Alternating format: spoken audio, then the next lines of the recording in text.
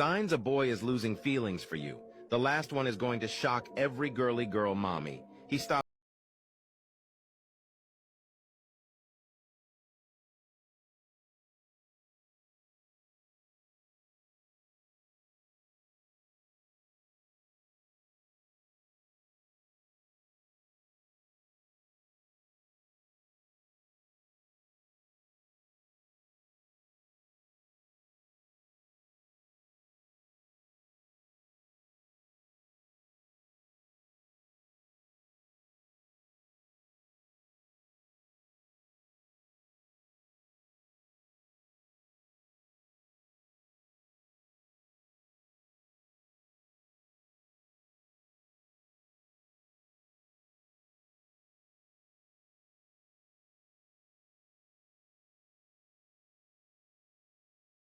life.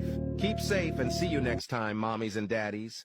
Apparently, if you comment the word Minecraft in any comment section, a creeper graphic will pop up, and it looks pretty cool. For the people that don't know what I'm talking about, let me update you. So like I said, all you have to do is type the word Minecraft in the comment section, and a graphic will pop up. You can go ahead and try it in this comment section if you want to, or you can go to a different video and try it out. There are also other words that you could be typing in, like bees and tickets, for 2 different graphics. I like when TikTok accounts do this. I think it's pretty cool. It's more interactive, but there is some sad news. I did say you could try it on my account. Okay, it may not work on my account though. I have no idea. If you go to the official Minecraft movie account, you will then do that and then you'll get the graphics. It works there. Same with how it did with the Venom account a while ago. I don't know if you remember that. Once again, you can comment Minecraft, you can comment bees, and you can comment tickets in any comment section, and the Minecraft emoji shit, graphic, whatever will pop up. If it doesn't work in my comment section, I do recommend you go to the Minecraft movie page and try it there on TikTok. Let me know if it worked for you. Put it in the comment section. But as usual, if there's anything else that comes out about this, I'll be sure to let you know. Just drop a comment that you want. Can't stop thinking about the time I pounded my friend in the car.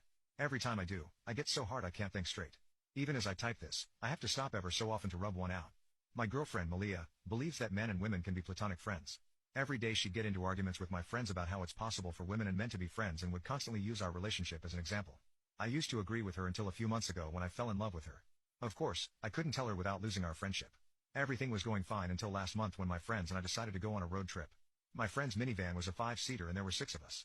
Obviously, none of us wanted to sit on another dude's lap, so everyone argued for Malia to do it. Eventually, she gave in, but on the condition that she sat in my lap. Malia is gorgeous. She has large melons and a big, tight gut. Our friends would constantly hit on her, and it was due to that she wanted to sit on me. I sat in the far back and this also gave Malia chances to stretch in the empty space beside us. The first hour was awkward, but by the second hour, we got comfortable enough for her to lean back against me. As we crossed into Louisiana, we hit a pothole and so began what was a horrifying yet blissful experience. As most people know, it's pretty easy to get hard. It also didn't help that the love of my life wore a skirt. And my thoughts went to how her opening was just a thin cloth away. I could feel myself getting harder. I took deep breaths to try to calm myself. Another pothole shook the minivan and plan B was to pray she didn't notice. Malia cleared her throat and shifted slightly. Sorry, I whispered. Gosh, I was embarrassed. There was nothing I could do to relieve myself and the next pit stop wouldn't be for a few miles. It's okay, can't be helped, she replied. I closed my eyes and just hoped it would go away. But it was like an onslaught of potholes and crappy roads and a jolt of pleasure that caused me to instinctively grab her hips. Each rumble and bump that tossed her slightly in the air and back on my pickle drove me insane. I wanted so desperately for my meat to accidentally slip out of my shorts and right into her cat. I wanted to say, frick this, and throw her on the minivan floor and bang her brains out doggy style. As I felt myself slowly reaching climax, I wrapped my arms around her waist and buried my face in her. Am I the asshole for slamming a child in the stomach with a metal pipe at the grocery store? Hear me out. I was buying my groceries as usual, and as I am checking out this beautiful can of tomato sauce, I stumbled upon a child maybe 5 to 6 years old. He looked up at me and asked his mom, "Mom, I want that can of tomato sauce." So I start to argue with this kid and his mom. He doesn't have the right to call dibs on anything he wants in the grocery store. If I found it first, it's mine. I don't care what this kid's mom has to say. This kid can't just steal my rightfully owned can of tomato sauce like that. All the anger I have been holding for the past few weeks, ever since my wife left me, ever since my mother kicked me out of her house, was all let out, and I pull out my trusty metal pipe that I've been keeping in my backpack just in case. Pick up the child, throw it in the air, and slam it with my metal pipe as hard as I can. The kid goes flying into the toothpaste aisle of the grocery store, crying. His mother starts screaming at me and threatens to call the police. I don't care. I would rather keep my can of tomato sauce. It is rightfully mine. I have all the right in the world to slam him with a metal pipe. Bro, how many TikToks have you watched? I don't know, how do you check that? Is that even possible? Yeah, bro, it is. If you comment TikToks watched, it will show you. I've watched 3,829 TikToks. Let me try. It actually worked. I've watched 348 TikToks. You need a life, bro. Go touch some grass or something. That number is nothing to be proud of. Doesn't affect me, bro. Yeah, it does. Bro, when was the last time you talked to a girl? Last night, with your mom. Haha, you think you're funny? My mom wouldn't even respond to you, let alone bake you a cake. Oh yeah? Wanna bet? How much? $100. You're on. Hi, Mrs. Natasha. Oh, or should I say owner of the best cake I've ever had in my life. Oh, Daniel, don't start with that. You haven't even tasted my cake yet. Not yet, but I've heard it's as good as your smile. You're good at this, aren't you? I bet you practice those lines in front of a mirror. Maybe I do, but only when it's worth it. So, you're saying I'm worth it? Let's just say I'm good at turning possibilities into certainties. Certainties. You're too confident for someone so young. Age doesn't matter when you know what you want. And I know what I want, Natasha. You're bold and dangerous, aren't you? But please, don't call me Mrs. anymore. Sometimes danger is the spice of life. Speaking of spice, how about that cake you promised? Maybe I should charge for it. What kind of payment do you think my famous cake deserves? You can now check part 2 by pressing share then more. What video game caused you the most amount of rage? 1. Rainbow Six Siege. Where the fuck did he shoot me from? 2. Overwatch. It's like playing a game of soccer where everyone on your team wants to be striker, and charges for the ball at the same time leaving the goals wide open. Then they lose and bitch about no one being keeper. 3. For Honor for sure, no game has taken me to the same level of pure anger. 4. Tom Clancy's, how the fuck was that not a headshot 6 Siege? 5. As an adult, I hadn't thrown my controller for decades. This game made me throw my controller across the room. I had to tell myself, bro, this is a kid's game, how are you this mad? It was Minecraft on survival. A skeleton shot me down into lava deep underground with all my gear. I respawned into my carefully constructed house with a creeper by my bed. It blew me up and I ended up at starter spawn with nothing. 6. League of Legends. Because either you get stomped by a much better opponent that is likely to be a smurf, or your teammates think they deserve to be on a higher rank but play like it's their first time. Even if you stay calm, at some point the hate other people put into the chat makes you rage as well. 7. Tom Clancy's, how the fuck did that flash me? 6 Siege. 8. Rocket League. After 2,500 hours it's more rage than fun, and I should stop playing. 9. Most of online PvP game, because my internet connection is shit. 10. Among Us. Not even the game itself, but public servers have pissed me off so much. It amazes me how stupid everyone can be. 11. Tom Clancy's, why is he always spawn peeking 6 Siege? 12. Aladdin where you gotta go through the lava cave on the rug. 13. Call of Duty. Just about any of them, but Warzone really gets me heated every time. 14. Tom Clancy's, how much health does a fucking 3-speed have? 6 Siege.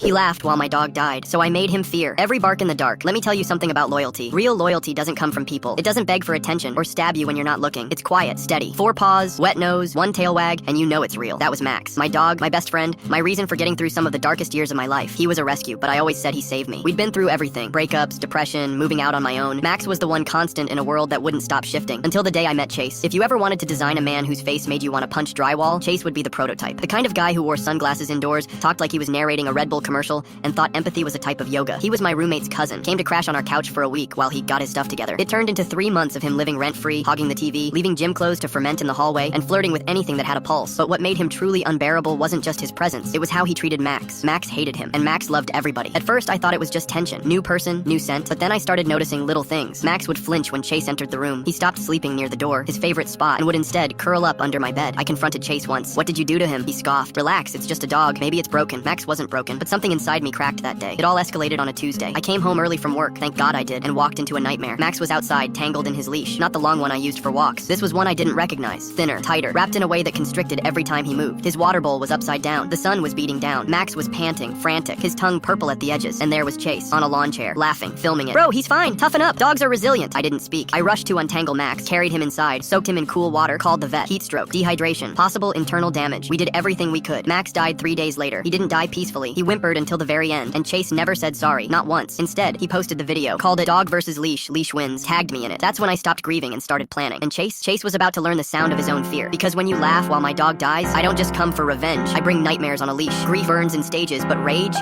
sharpens. For days, I didn't talk to anyone, didn't eat. I just sat with Max's collar in my hand, the tags clinking like wind chimes in a haunted house. I stared at Chase's video, his stupid smirk, his wheezing laugh, Max struggling in the background like a forgotten toy. Then I made a plan. This wasn't going to be quick. This wouldn't be loud or dramatic, or end with a punch. Chase didn't deserve an ending. He deserved erosion. So I started with silence. I didn't kick him out. I acted cold, sure, but not suspicious. If he noticed, he didn't say anything. Probably assumed I was just being emotional. He underestimated me, which was perfect, because while he played video games in the living room and talked about his gains, I was laying groundwork. Step 1, isolation. Chase lived on attention. Without it, he'd starve. So I unplugged the oxygen supply. I created fake profiles. Dozens. All locals. All following him. Liking his gym posts. Commenting on his stories. I let him feel admired. Then one by one, I turned them. Comment chains about his hygiene. About how he treated animals. Questions like, isn't this the guy who tied up that dog in the sun? Always vague. Always just enough to plant doubt. His followers dipped. Friends ghosted him. His cousin, my actual roommate, started pulling away too, saying, man, I didn't know he was like that. Step 2, unease. Every night I played a sound on loop through a Bluetooth speaker hidden in the vents. A low growl. Not loud. Barely audible. Just enough to make you question if you heard something. Every hour, it played for 30 seconds. He started leaving the lights on. After a week, he asked me if I heard anything weird at night. I said no. Maybe he was stressed. Or maybe it was guilt. Step 3, triggers. I replaced all his protein powder with a nearly identical looking blend that caused bloating and nausea in high doses. He thought he had food poisoning. Then IBS. Then maybe bad genetics. He started skipping gym days. Good. Then came the dreams. I knew his ex, Hannah. She hated him. I paid her to send him a voice memo every few days from a burner number. Whispered things. You're not safe. I hear barking. Is that scratching under your bed? He thought he was being stalked. I watched him install a camera in his bedroom. I looped the footage. One night, I replaced it with a short video, just 3 seconds, of a shadow passing behind his closet door. He moved out the next morning, but I wasn't done. He didn't deserve peace. He deserved to carry that fear the way Max carried his leash in those last moments, tight around the throat. I followed him to the new place. I left paw prints and chalk outside his door, changed his smart speaker's wake phrase to stay, left a bag of dog hair in his mailbox. He shaved his head, posted a video crying about harassment. Good. This was just the middle. Grief burns in stages, but rage sharpens. This was just the middle. You know what people never expect? Revenge with patience. Everyone expects rage to be hot, loud, explosive, but the best kind? It simmers. It marinates in silence. And when it finally surfaces, it doesn't scream. It whispers. By now, Chase was unraveling. His new apartment? I'd already bribed the building manager to accidentally give me access for pest control. I didn't hurt him. I didn't even enter his place. I just moved things, slightly. His shampoo swapped with conditioner. A single screw loosened from his chair. The microwave clock set back by 3 minutes. He started second-guessing reality. At this point, I introduced a new element, community shame. I found his local dog park's Facebook group and sent them the video he'd posted, the one where Max was tied up. I blurred my name, cropped out any indicators of who recorded it, and posted it under the caption, "Do you recognize this man? This was in our area." Comments blew up. One woman recognized his voice. Another remembered him bringing his cousin's husky once and yanking its collar too tight. Within 24 hours, Chase was banned from every park within driving distance, so he tried to start over. Again, this time, he moved cities, deleted social media, new gym, new people, fresh start. But I already had someone there too, a girl named Riley. She owed me a favor. I asked her for one thing, become friends with Chase. Get close. Not romantically, just enough that he'd feel safe again. 2 weeks in, I mailed him a package. Inside, Max's old tag. Just the tag, nothing else. He broke down crying in front of Riley, told her someone was messing with his head, that he didn't mean for it to happen. She asked what it was. He told her, word for word, and she recorded everything. We released the clip anonymously in every local dog lovers forum, tagging it, "Confession of Cruelty. Beware." That was the last time Chase used his real name, but still, I wasn't done. He had one last thread of peace left, his mother, the only person he ever called when things got dark. He once bragged about how she always believed in him, how she knew he had a good heart. So I mailed her the same video, no explanation, just a flash drive labeled, "The son you think you raised." She blocked him within a day. And me? I went back to Max's grave, sat beside it with a candle and a single mint green leash. "I told you," I whispered, "he'd pay." Then I walked home in the dark and smiled when I heard a dog bark somewhere far away, because Chase would never hear one again without looking over his shoulder. And next time he does, he should run, but not from a dog, from me. I didn't expect to become addicted to revenge, but there's something about it, something cleansing, something that lets you pick up the shattered pieces of someone you loved and weld them into a weapon. And Chase, he gave me enough pieces to build an arsenal. After his mother cut him off, he went full recluse. He lived in a tiny apartment above a pawn shop in a city no one cared about. No gym, no social life, just protein bars, paranoia, and the flickering glow of regret. But still, not enough, so I dug deeper. Found out he was working part-time at a pet supply warehouse. Oh, the irony. I waited a month, let him settle, let him believe the world had moved on. Then I left him a gift in the break room, a chew toy, Max's favorite brand, custom printed with one word. Remember? He didn't show up to work the next day. Now here's the thing, when people break, they do it in layers. And Chase, he had layers of arrogance, cruelty, and cowardice that needed peeling. So I started peeling. I rented the empty unit across from his and started making small, deliberate sounds at 3:14 a.m. every night. Not barking, not growling, just scratching. Software repetitive, like claws on drywall. He posted on Reddit asking if anyone had experienced phantom sounds in their apartment complex. The responses were wild, but one reply, one I made under a burner account, it read, "Sometimes it's not the sound you should be afraid of, it's what remembers making it." He deleted the post. The next week, I got him fired. How? I recorded a fake customer service call pretending to be Chase. I used audio software, mashed his old vlogs into a patchwork sentence about how dogs are useless and how hurting them is funny. I sent it to his manager anonymously. They never even confronted him, just handed him a final check and told him to go. He was unemployed, alone, afraid, and now it was time for the final act. I hired an actor, not to hurt him, just to stand outside his building at night wearing a hoodie and holding a leash, with no dog attached. Every night, same spot, just standing, staring up at Chase's window. On the 5th night, Chase snapped. He ran outside screaming, "Who are you? What do you want?" The actor dropped a leash and walked away in silence. The next day, Chase left town again. This time, he didn't tell anyone, but I still found him. He was living in a tent behind a gas station 2 cities over. No phone, no job, no gym, just a shadow of himself, twitching every time a dog barked in the distance. And that's when I decided it was done. I walked up to his tent, set something down at the entrance, a mint green chew toy, burned around the edges, like Max, and underneath it, a note. "You're not being haunted, Chase. You're being remembered." He didn't look out. He didn't scream. He just sobbed. And that sound, that was the apology Max never got. The last leash had finally snapped, and I never smiled wider. I didn't see Chase again after that night, but that was the point. Revenge isn't always about confrontation. Sometimes it's about absence, about leaving a silence so heavy it echoes louder than any scream. I moved on, got a new apartment, started volunteering at a rescue center, met a dog there with the same eyes as Max. Kind, trusting, a little broken. I didn't take him home, not yet, but I visit him every day. We sit together in the yard, no leash, no pressure, just quiet. He trusts me, and that's enough for now. But as for Chase, I still check in. I don't contact him. I don't even leave signs anymore. I just watch. He's a ghost now, wandering jobs, sleeping on couches, flinching every time a leash snaps or a dog growls. I made sure of that, because you don't just get to laugh while something you love dies and walk away untouched. You carry it, you breathe it, you become what you mocked. And Chase, he used to be the kind of guy who posted selfies with inspirational captions like, "Conquer fear." Now, he lives in it, and he should, because the world forgets. But I don't. I remember Max. I remember every second of that video. I remember Chase's smirk. And every time I hear someone say, "Dogs are just animals," I think about the way Max wagged his tail even while tied up, the way he looked at me like I was his whole world. And I make a promise to myself, if I ever see someone like Chase again, if I ever hear laughter while something pure suffers, I'll return. No leash, no mercy, just silence, and the sound of one more leash snapping. Because monsters don't deserve closure. They deserve to flinch every time they hear a bark, forever.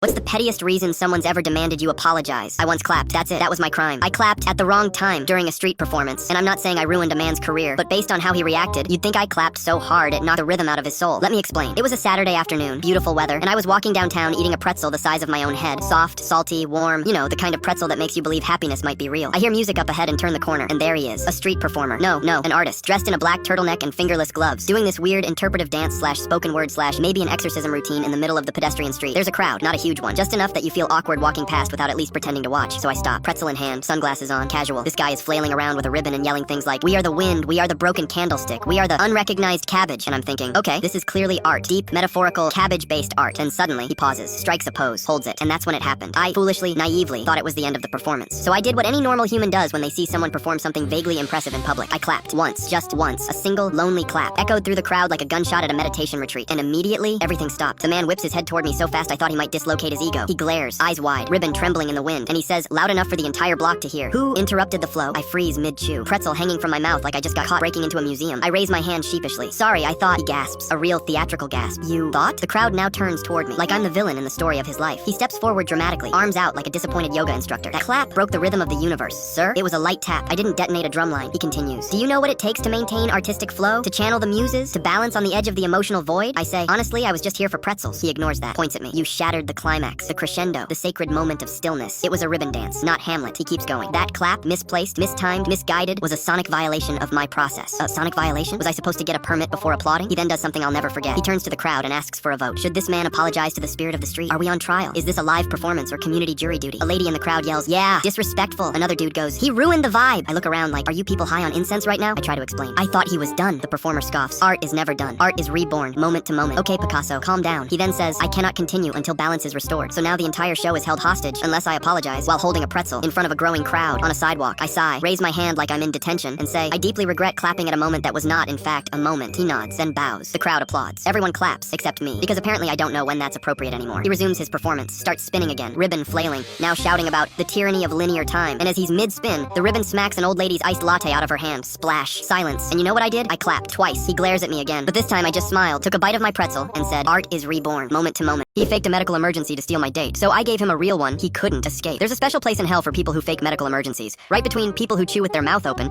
and men who wear flip-flops to funerals. My former best friend Caleb, he's the chairman of that committee. We'd been boys since college, drank together, worked out together, double dated. But Caleb had one tiny personality flaw. He wanted what wasn't his. My car, my shoes, my jokes, and eventually my date. Her name was Amber. We'd matched on a dating app, hit it off, and decided to meet for dinner. I invited Caleb along just for the pre-drinks, you know, loosen the nerves. Big mistake. Amber was stunning, funny, into old horror movies and spicy food, a 10 with a dark sense of humor. My kryptonite. And Caleb, of course, noticed. Within 20 minutes, he went from wingman to parasite. He laughed too loud at her jokes, bragged about his cardio, insert flex here, and interrupted every story I told with his own version. One where he was smarter, stronger, and somehow always shirtless. But the true betrayal came when I went to the bathroom. I come back, and Amber's on the phone, panicked. Caleb's on the ground, clutching his chest like he just watched his crypto crash. "He's having a heart attack," she screamed. He gave me a wink while pretending to convulse. A wink while faking a medical collapse to steal my date. Long story short, ambulance shows up. EMTs check him. He suddenly feels better after she rides with him. They exchange numbers. She never texts me back. I found out 3 days later she and Caleb went to brunch. He told her I was clingy and emotionally unstable. unstable. He even said I tried to sabotage his recovery, so I did the only thing a man of dignity could do. I plotted a revenge so poetic, Shakespeare would have slow clapped from the grave. Caleb's biggest weakness? Attention. He loved being the center of it. Parties, gyms, even funerals. He once told a eulogy and somehow made it about his CrossFit gains, so I gave him exactly what he wanted, an audience. First, I hacked his Google Calendar. Easy. His password was literally Caleb123, peak alpha male behavior. Then I sent him a fake invite. You've been selected for an exclusive performance experience. Arrive at 6:45 sharp. Dress code, business formal, no questions. He shows up. Fancy hotel ballroom, dozens of chairs set up, dimmed lights. He sits, front row, alone, confused. Then a projector screen turns on. It's a video of him from the restaurant, clutching his chest, falling, winking, and the best part, audio from the EMT's body cam saying, "Sir, you're not having a heart attack. Your heart rate's totally normal." Behind the screen curtain, me, holding a wireless microphone. "Welcome to the Caleb Show," I said. "Tonight's program, how to steal a date and lose your sanity." He runs for the exit. It's locked. Lights flip on. Dozens of people walk in. Not strangers. People he knows. Exes, gym buddies, co-workers, even his mom. All invited, all seated, all watching. I tell the story from start to finish. Projector clicking through every detail. Screenshots, chat logs. A breakdown of how he faked his collapse using a TikTok tutorial. Yes, a TikTok tutorial. Then I pulled out the final act. A staged 911 call. I dialed. "Hello, I have a man here. Looks disoriented, erratic, possibly having a mental break. Name's Caleb, age 29. He tried to scream it was fake. I calmly handed him a mirror. He was sweating, pale, shaking. Why? Because earlier I put just enough adrenaline gel in his water bottle to simulate symptoms. Nothing dangerous. Just enough to mimic panic attack signs. When the real EMTs arrived, Caleb was curled up on the stage, muttering, I'm fine, while twitching like a dial-up modem. They checked his vitals. Guess what? Heart rate, dangerously high. They strapped him in and took him out. He screamed, he did this to me. And Amber, she was in the audience. She stood up, smiled at me, then said to Caleb, you should have stuck with acting classes. He faked a heart attack to steal my date, so I gave him a real one that stole his pride, his pulse, and every ounce of control he thought he had. She locked me outside naked as a joke, so I turned her home into a public stage. There's embarrassing, and then there's your no square out on a front lawn, embarrassing. And I wish I was speaking metaphorically. It was my friend Harper's birthday, a casual chill night, she said. But Harper doesn't do casual. She does Pinterest boards, fake fairy lights, and dress codes that somehow only apply to men. So I show up in jeans, everyone else looks like they just walked off a Vogue Coachella shoot, and I'm already regretting everything. But whatever. Free booze, snacks, music, I can blend in. Then Harper announces her party game. You have to take a shot every time someone says literally, she grins. It's a party full of influencers. I blacked out in under 20 minutes. Next thing I know, I'm woozy, shirtless, and being helped upstairs by Harper and her friends. I think maybe I'm lying down to sleep it off. Wrong. They lead me into the hallway, shove my jeans into my hands, and push me outside. Naked, front porch, door slams. I laugh at first. Classic prank, right? Then the lock clicks, then the porch light flicks on, and then I hear them inside, laughing, filming, posting. And that's when I realize I am absolutely, horrifyingly junk out naked in the middle of suburbia at 1 a.m. in winter. Let me paint the picture. It's 3 degrees Celsius. My feet are on concrete. My arms are hugging parts of me that have already shriveled into retirement. A neighbor across the street turns on their porch light like it's a horror movie motion sensor. I run to my car. Locked. I try a bush. Thorny. I find a garden gnome and contemplate death. 15 full minutes of this humiliation parade later, they let me back in. Everyone's laughing. Phone's out. I grab a throw blanket and what's left of my dignity. You're gonna laugh about this someday, Harper says. Oh, I will, I say. Just not for the reason you think. Let's talk about Harper. Queen of the curated moment. Window always open for the breeze. Bathroom mirror always perfectly lit. Smart bulbs, smart locks, smart speakers. Everything Wi-Fi enabled and controllable by app. You can probably guess what came next. Step 1. I moved into the house across the street. Kidding, mostly. I actually just became real good friends with her neighbor, a 70-year-old dude named Curtis who owns half the block and loves watching drama more than Netflix. He gave me everything I needed. Access to his yard, view of Harper's windows, and a patio umbrella. No one questions. Step 2. I mapped out her entire house layout. Don't judge me. If she can throw my body out like trash, I can treat her life like a stage play. I timed when she opened her curtains, when she walked from room to room, when she did her yoga poses facing the giant living room window. Step 3. I got some gadgets. Harper's smart home ran on a system I knew very well because I installed the same one for my ex. Same app, same vulnerabilities. One night, while she was out, I borrowed her Wi-Fi credentials from her Bluetooth speaker, the one she kept connecting to publicly. Boom. I had remote access. Then the show began. One morning, she's brushing her teeth in an oversized tee. Lights flicker on. Bathroom blinds start to roll up automatically. Front-facing window, street view, kids walking to school. Next day, yoga time. She's in downward dog when the smart speakers blast The Eye of the Tiger at full volume, and all her blinds go up at once. She trips, face plants, screams. She tries unplugging things, so I make them turn on when unplugged. Motion sensors, randomized schedules, bathroom mirror lights that switch to party mode every time she sits on the toilet. She installs blackout curtains. I wait 1 week, then switch her bulbs to grow lights. The whole place looks like a weed lab from the outside. Police come once, leave confused. HOA sends her 3 violation warnings. Curtis and I, popcorn every night. The final act, Valentine's Day. She has a new guy over. Real fancy. Candles, music, silk robe, romantic vibe. Right when they sit down to eat, I activate scene mode. The lights dim. Music switches to my voice recording. It plays on loop through every speaker. Harper says she'll only date guys who never laugh when she traps someone outside with their full giblets out. She runs around yanking cords. Curtains open. Robe slips. The dude leaves. Curtis called it better than any Netflix finale. Harper moved out 3 weeks later. I guess some people just don't like being watched. She turned me into a public joke, so I turned her home into a live comedy she couldn't turn off. What's the dumbest thing you've ever had to explain more than once? So apparently my mailbox is emotionally cheating on me. Let me explain. I live in a suburban neighborhood. You know the type. Copy-paste houses, lawn-obsessed ads, one lady who jogs at midnight like she's hiding a body. Everything's calm, peaceful, until my new neighbors moved in. Let's call them the Connors. A couple, early 50s. The kind of people who wear matching zip-up vests and smile like they're legally required to. They moved into the house next to mine and immediately started asking weirdly specific questions. Stuff like, do the sprinklers operate on a timer or spiritual energy? And what direction does your driveway identify as? Red flags? Try red parade. But I stayed polite. I smiled. I waved. I even loaned them a hose nozzle, which in suburban culture is basically a blood pack. unpacked. Then came the mailbox incident. Now, my mailbox has been in the same place since the house was built. It's mounted on a wooden post at the curb between our two driveways, closer to mine, clearly marked with my house number, and decorated with a sticker that says, "Bills go here to die." It is, by all laws of physics and sarcasm, mine. So one afternoon, I'm out front watering the lawn, and Mr. Connor walks over holding his mail. He goes, "Hey, I think there's been a mix-up. These were in our mailbox." I glance at the envelopes. All have my name, my address, my face almost printed on them. I go,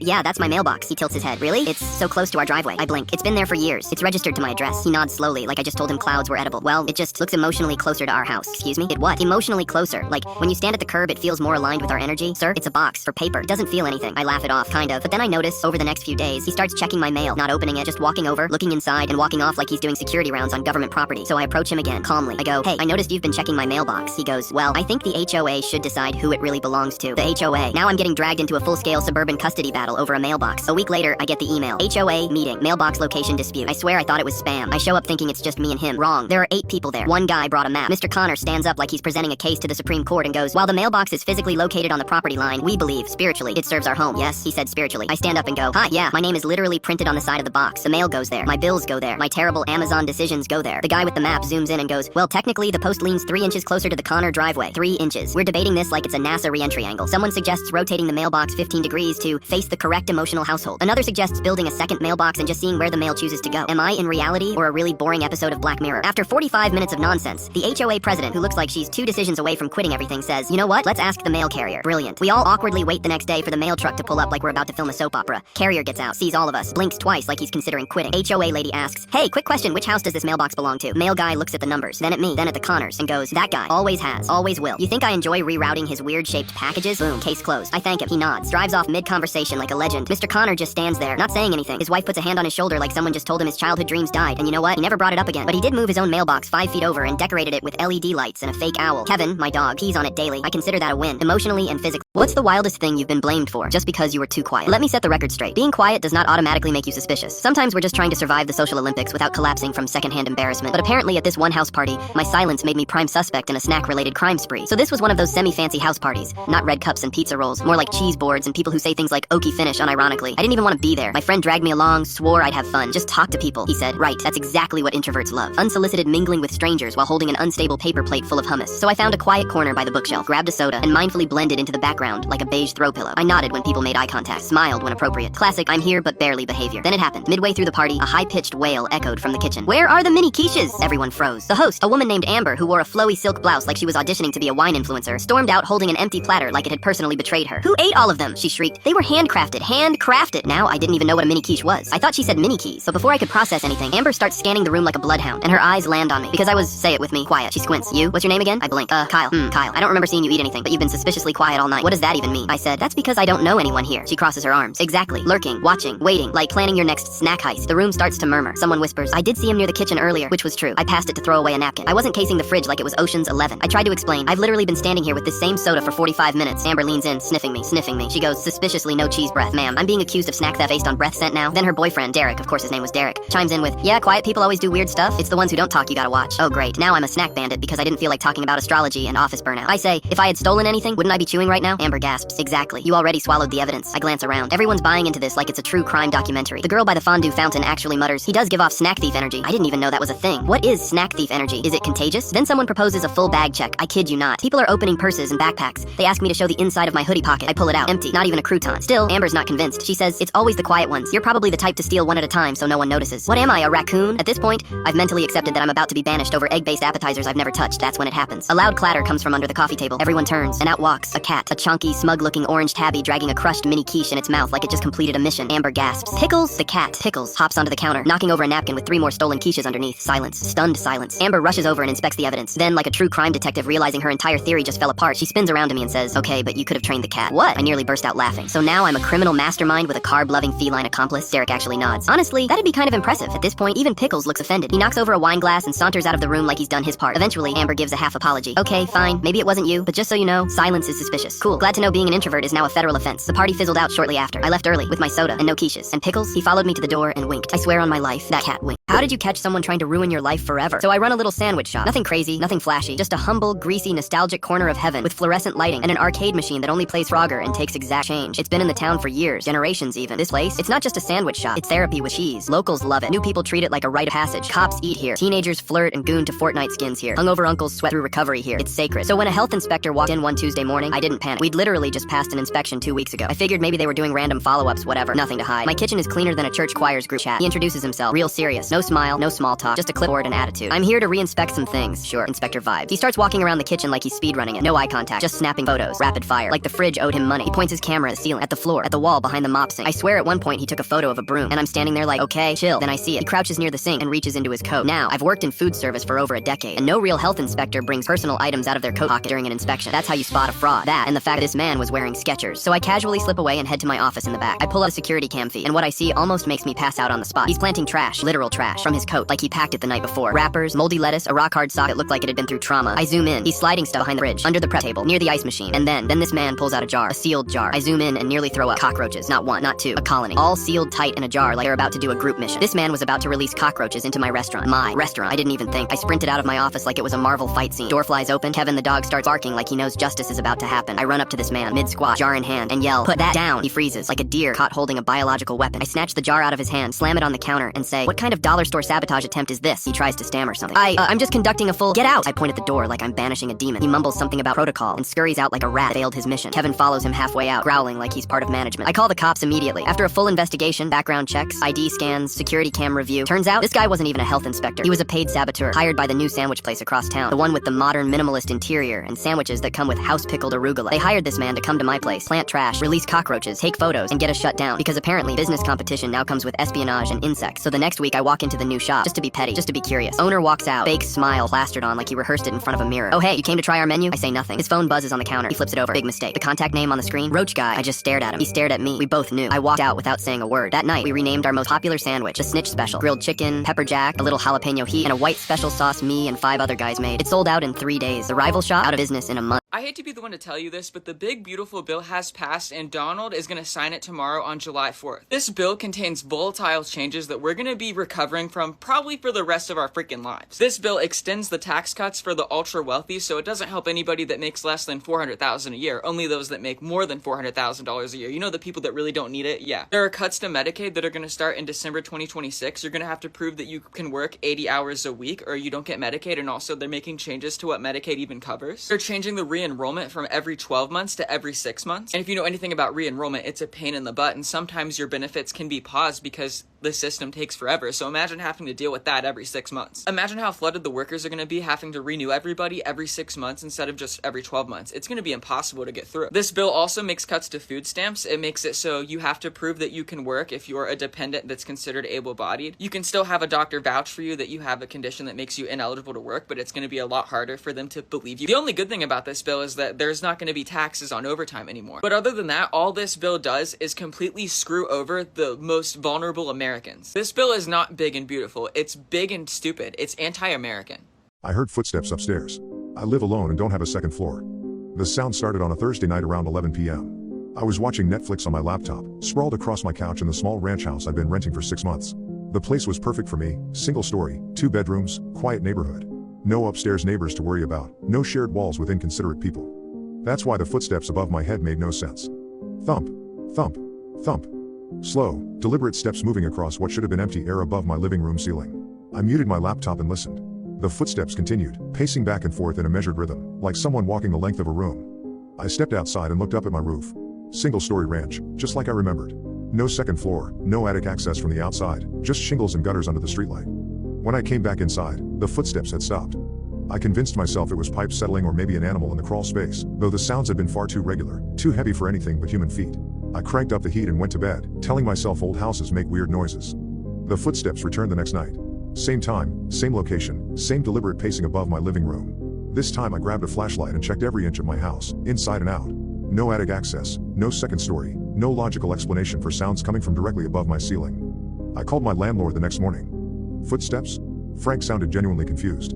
That's impossible. The house is single story, built in 1987. There's nothing above your living room except roof joists and insulation. Could someone be accessing the roof? The only way up there is a ladder, and you'd hear someone climbing. Plus, Walking on those old shingles would sound completely different. More like sliding and scraping. But I was hearing distinct footsteps. Not shuffling or scraping, the clear sound of shoes against a solid floor. Frank agreed to check it out. That afternoon, he brought a ladder and climbed onto the roof while I waited inside. Through the ceiling, I could hear him moving around, and it sounded nothing like the footsteps I'd been hearing. His movement was tentative, with the soft compression of feet testing unstable surfaces. Nothing up here but standard roof construction, he called down. No way anyone could walk around like you described. That night, I set up my phone to record audio. At exactly 11:17 p.m., the footsteps began. I played back the recording the next morning, but it captured only ambient house sounds, the hum of appliances, settling wood, distant traffic. No footsteps. Yet I'd heard them clearly for 23 minutes. I started staying up specifically to listen. The pattern never varied. Footsteps would begin somewhere between 11:15 and 11:20 p.m., pace back and forth above my living room for 20 to 30 minutes, then stop abruptly. Always the same measured rhythm, like someone deep in thought, working through a problem. A week later, the footsteps changed location. I was in my kitchen making a late dinner when I heard them directly overhead. The same deliberate pacing, but now above the kitchen instead of the living room. I grabbed a broom and tapped the ceiling sharply 3 times. The footsteps stopped. After a moment of silence, I heard 3 deliberate thumps from above, tap, tap, tap, in the exact rhythm I'd used. My blood turned to ice. Whatever was up there had responded to me. I tapped 4 times. 4 taps came back. 5 taps. 5 in return. Then the footsteps resumed, but now they were moving in a pattern that seemed to follow my movements through the kitchen. When I walked to the refrigerator, the steps above moved in the same direction. When I returned to the stove, they mirrored my path exactly. I ran to the living room. The footsteps followed overhead, staying directly above me. That's when I realized something that made my skin crawl. The person upstairs wasn't just walking randomly, they were shadowing me. Learning my movements, my routines, my habits. The next morning, I called Frank again. "You need to get someone up there to check the roof space," I insisted. "Something is seriously wrong." "I told you, there's nothing." "Then explain this." I played him a voice memo I'd recorded the night before, describing what I was hearing in real time. "I'm going to prove to you that something is up there." Frank arrived that afternoon with a contractor who specialized in older homes. They cut a small access hole in my hallway ceiling and used a scope camera to examine the space above. Standard roof construction, the contractor confirmed, showing us the live feed on his tablet. Insulation, joists, electrical conduit. No flooring, no way to walk around up there. You'd fall right through the ceiling. But as we watched the camera feed, I heard the footsteps begin above my bedroom. "Do you hear that?" I asked. They looked at me with concern. "Hear what?" The footsteps were clear and distinct to me, but Frank and the contractor heard nothing. The camera showed only empty space between the joists, yet I was listening to someone walking around up there. "I think you should see someone," Frank said gently. "Maybe a doctor. Auditory hallucinations can be a sign of stress or, I'm not hallucinating." But even as I said it, doubt crept in. How could I be the only one hearing something so clear and obvious? That night, I decided to test my sanity. I placed flour on my living room floor in a thin layer, then positioned myself directly underneath where I heard the footsteps pacing. For 45 minutes, I listened to deliberate footsteps moving back and forth above me while staring at the undisturbed flour below. If someone was really walking around up there, the vibration should have caused at least small disturbances in the powder. The flour remained perfectly smooth. But I could still hear every footstep clearly. I'm writing this at 11 p.m., waiting for tonight's episode to begin. I've come to accept that I'm the only one who can hear them, but that doesn't make them less real to me. Hallucination or not, the footsteps follow a pattern, respond to interaction, and seem to be learning my behavior. It's 11:16 p.m. now. They just started. But tonight is different. Tonight, the footsteps aren't just above my living room or kitchen. They're on my stairs. The stairs I don't have, leading down from the second floor that doesn't exist. They're getting closer. A summer camp flooded in San Antonio, Texas, causing 24 children to lose their lives, and there are still 25 children missing, and all of this has happened after budget cuts were made to the National Weather Service in Texas by Donald Trump. Texans are horrified because this tragedy could have been avoided. Chief Nim Kidd went on to state that the National Weather Service in Texas was already understaffed, and since the budget cuts were made by yours truly, President Dump, they've been struggling to stay afloat and give accurate readings. Now, the reading they received about the rainfall was no cause for alarm. It should not have affected any of the girls at Camp Mystic. There were supposed to be 3 to 6 inches in Concho and 4 to 8 in Hill County. This flash flood was not on any of their reports because they don't have enough people to monitor every area all at once, all the time. As of right now, first responders are still at the scene and they're searching the river and the surrounding area for these missing children. All of us are really devastated by this news, and my community as a whole is thinking of the families that are harmed and these little girls that are still missing or were affected by this tragedy. This is absolutely devastating. It could have been avoided, and this is why you don't go around firing government officials that you don't have others to replace them with. Every night, something rewrites one page of my diary. It's getting closer to today. I've kept a diary since I was 12, nothing fancy, just a simple black journal where I record the mundane details of my life. What I ate for breakfast, who I talked to at work, random thoughts before bed. Boring stuff that nobody would ever want to read. At least, that's what I thought until 3 weeks ago. I noticed it on a Tuesday morning while drinking coffee and flipping through recent entries. I'd written about visiting my grandmother on Sunday, but the page now described a completely different day. Instead of my grandmother's house, the entry detailed a trip to a cemetery I'd never heard of. Instead of her homemade cookies and stories about my grandfather, I'd apparently spent hours walking among weathered headstones, searching for a grave with my own name on it. The handwriting was unmistakably mine, same slanted letters, same pressure patterns, same blue ink pen I always used. But I had absolutely no memory of writing these words or visiting any cemetery. I assumed I'd made a mistake, confused one day with another. Memory can be unreliable, especially when you're stressed from work. I flipped backward through the journal to check other recent entries. Saturday's page had been rewritten too. Instead of doing laundry and grocery shopping, I'd apparently driven to a small town called Millhaven, 3 hours north of here. The entry described walking through empty streets, peering into windows of abandoned houses, and finding my childhood home sitting vacant with a for sale sign that had been there so long the realtor's name had faded away. I've never lived in Millhaven. I've never even heard of it. Friday's entry was equally disturbing. Rather than staying home to watch Netflix, I'd supposedly spent the evening in my basement, digging. The diary described hours of methodical excavation, the growing pile of dirt, the satisfying bite of shovel against earth. The entry ended with, almost deep enough now. She'll fit perfectly. I don't have a basement. My apartment is on the second floor. Every day, I discovered that another entry had been altered. Each rewritten page described activities that were impossible, visiting places that didn't exist, having conversations with people I'd never met, doing things I'd never done. But the handwriting was always mine, and the details were so vivid and specific that part of me wondered if I was losing my memory.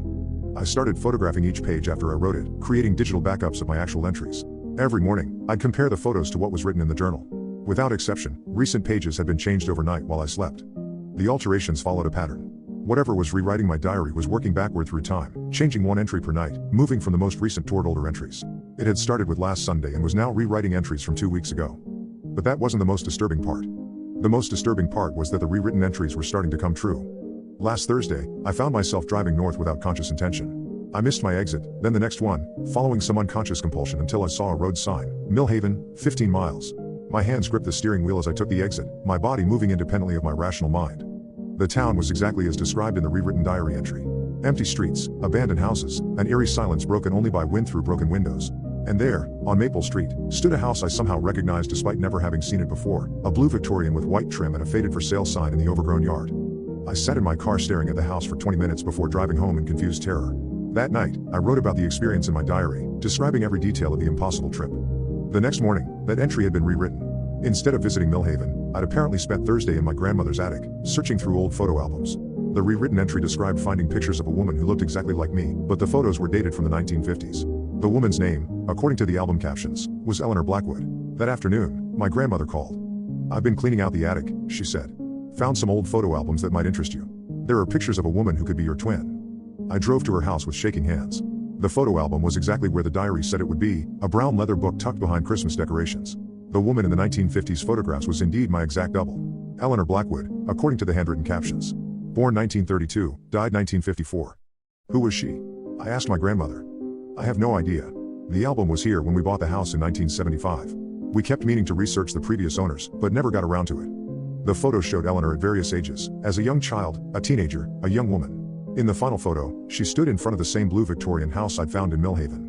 The caption read, "Eleanor's last day, October 13, 1954. That night, the diary rewrote itself again. Instead of visiting my grandmother, I'd supposedly spent the afternoon researching Eleanor Blackwood at the local library. The entry described discovering newspaper articles about her mysterious disappearance, police reports that went nowhere, and witness statements describing strange occurrences in the weeks before she vanished. The next day, compelled by the same unconscious force that had driven me to Millhaven, I found myself at the library. The microfilm archives contained exactly what the diary described, articles about Eleanor Blackwood's disappearance in October 1954. She'd been found 3 days after vanishing, buried in her own basement. The cause of death was never determined, and no suspect was ever identified. According to the articles, neighbors reported that Eleanor had been acting strangely in the weeks before her death. She claimed someone was rewriting her diary, changing her memories, forcing her to do things she didn't remember doing. The police had dismissed these claims as evidence of mental instability. I'm writing this entry on the evening of October 10th. According to my backward count, whatever is rewriting my diary will reach today's entry in 3 more nights. Eleanor disappeared on October 13th, 3 days from now. The pattern is becoming clear. Something is rewriting my life to match Eleanor's, working backward through time until it reaches the present. When it finishes rewriting today's entry, I think I'll become Eleanor completely. I've tried staying awake to catch whatever changes the diary, but I always wake up the next morning with no memory of the night before. I've tried hiding the journal, locking it away, even burning a page, but it always reappears, perfectly intact, with another entry rewritten. Today I drove back to Millhaven and broke into the blue Victorian house. In the basement, I found a shovel and a patch of disturbed earth, exactly as described in the rewritten entries. The hole is almost deep enough now. It's waiting for me to finish what Eleanor started. Or what I started, 70 years ago, in a life I'm beginning to remember. Tonight is October 11th. Tomorrow the diary will rewrite yesterday's entry. The day after that, it will rewrite today. And then I think I'll understand why I look exactly like a woman who died in 1954, and why her unfinished business is calling me home. The shovel is by my front door. My car keys are in my hand. Some stories don't end, they just find new people to tell them. And tonight, I'm going to find out if I'm telling Eleanor's story, or if she's been telling mine all along. The diary is open beside me as I write this. I can feel the words changing even as I form them, my handwriting shifting subtly, my thoughts bending toward memories that aren't quite mine. Tomorrow morning, this entry will say something different. But by then, I don't think I'll be me anymore. I think I'll be Eleanor, finally coming home to finish what she started. The basement is waiting. The hole is deep enough now. And somewhere in the darkness between memory and forgetting, a woman who died 70 years ago is reaching through time to reclaim the life that was stolen from her. October 13th is coming. Eleanor is coming home. And I'm going to help her get there, whether I want to or not. The diary knows how this story ends. It just needed someone with my face to write the final pages. Absolutely devastating breaking news about the flash flood that hit the all-girls summer camp, Camp Mystic, that's located just outside of San Antonio, Texas. Reporters are now saying that 69 children and counselors have been confirmed gone. A dozen girls, including 11 campers and 1 counselor, are still missing. Camp Mystic unfortunately sits in an area known as Flash Flood Alley. Because it's right next to the Guadalupe River, officials said that the rainfall overwhelmed the river, causing the water levels to rise 26 feet in just 45 minutes. There were 750 girls in this camp, so they were able to get a majority of them out, but it is really unfortunate that 69 of them are lost to us. Again, this was a young girls Christian youth camp. A lot of them were between the ages of like 6 and 12, I assume. You can see here a picture of the floodwaters and how high that they have risen. Everyone in this community is thinking of the loved ones and the ones that were lost at this time, and we hope that more of them are found and pulled to safety. This is absolutely devastating. It could have been prevented, and we need to do better. We can't prevent flash floods, but we can definitely prepare for them, and we just didn't have enough people working at the National Weather Service in Texas to have all eyes on every area to prepare for this that we should have. The big beautiful bill just passed, or should I call it the big ugly bill, and this is everything that's going to happen to our country when it's implemented. Major changes to Medicaid and food stamps, an extension of Trump's 2017 Tax Cut and Jobs Act, which will increase spending on border security, defense, and energy production. Medicaid will now have an 80-hour-a-month or 20-hour-a-week work requirement, which affects those of us that have hidden disabilities or are disabled but not diagnosed. It changes the eligibility checks from every 12 months to every 6 months, which is going to overwhelm the call centers. There's definitely not enough government employees to even do it every 12 months, let alone every 6 months, and if you're on any of these assistance programs, you already know how hard it is to call that 1-800 number and receive some help, so imagine having to re-enroll every 6 months. That sounds like hell. 11.8 million Americans are going to lose their Medicaid over the next decade because of this bill. $45 billion will be set aside to extend these detention camp facilities for migrants, because instead of using that money to fix the homelessness crisis in America, we're going to illegally detain people. This bill is going to give $45.6 billion to the border wall construction. Oh, and another $30 billion is going to be used to train new ICE agents. By the way, all of this is being paid for with the cuts to Medicaid and food stamps, so we're going to make the poor people suffer in order to do all this useless shit. This bill is going to raise the debt ceiling to $5 trillion instead of just $4 trillion, which is what they initially promised. Not that either of those are great. There's going to be limits on overtime and what you can be taxed on tips. A new restriction on food stamps because they're going to shift the funding from being federally funded to being state funded, so now the states can pick and choose who gets aid and who doesn't, so there's going to be kids starving. Thank you, Donald. Child tax credit, which is currently $2,000, is going to decrease to $1,000 in 2026, but they're actually going to change it to $2,200, which is still $300 less than what was promised, so you're still getting screwed over here. Oh, and finally, they're going to terminate the Inflation Reduction Act, with a lot of other cuts to green energy. Looks like we're going to be drilling in Alaska again instead of planting more trees. The Germans didn't call them camps either at first. No, not till after. In fact, the whole time during the war, most of Germany thought that they were camps where people were re-educated and integrated back into society. Oh, it's not a Schmonchen camp. It's a prison. You know, they're there because they committed a crime. It's totally normal for prisons to have those kind of conditions. What prisons do you know that have these types of conditions? No toilet. No shower. Only one meal a day, and that meal has worms in it. No pillow, no blanket. No Bible, because they took that too. What prison do you know where even in solitary, you're not allowed to have a Bible? Because I'm pretty sure I've seen dudes in solitary with books. This is not a prison. It's a camp on American soil in 2025. And I'm telling you, when this stuff was happening in the 1930s and 40s, the German citizens didn't know what they were either. They were saying the same thing. No, they're sending them there to help them. No, they were working them to death and gassing them. And we're not doing that yet here.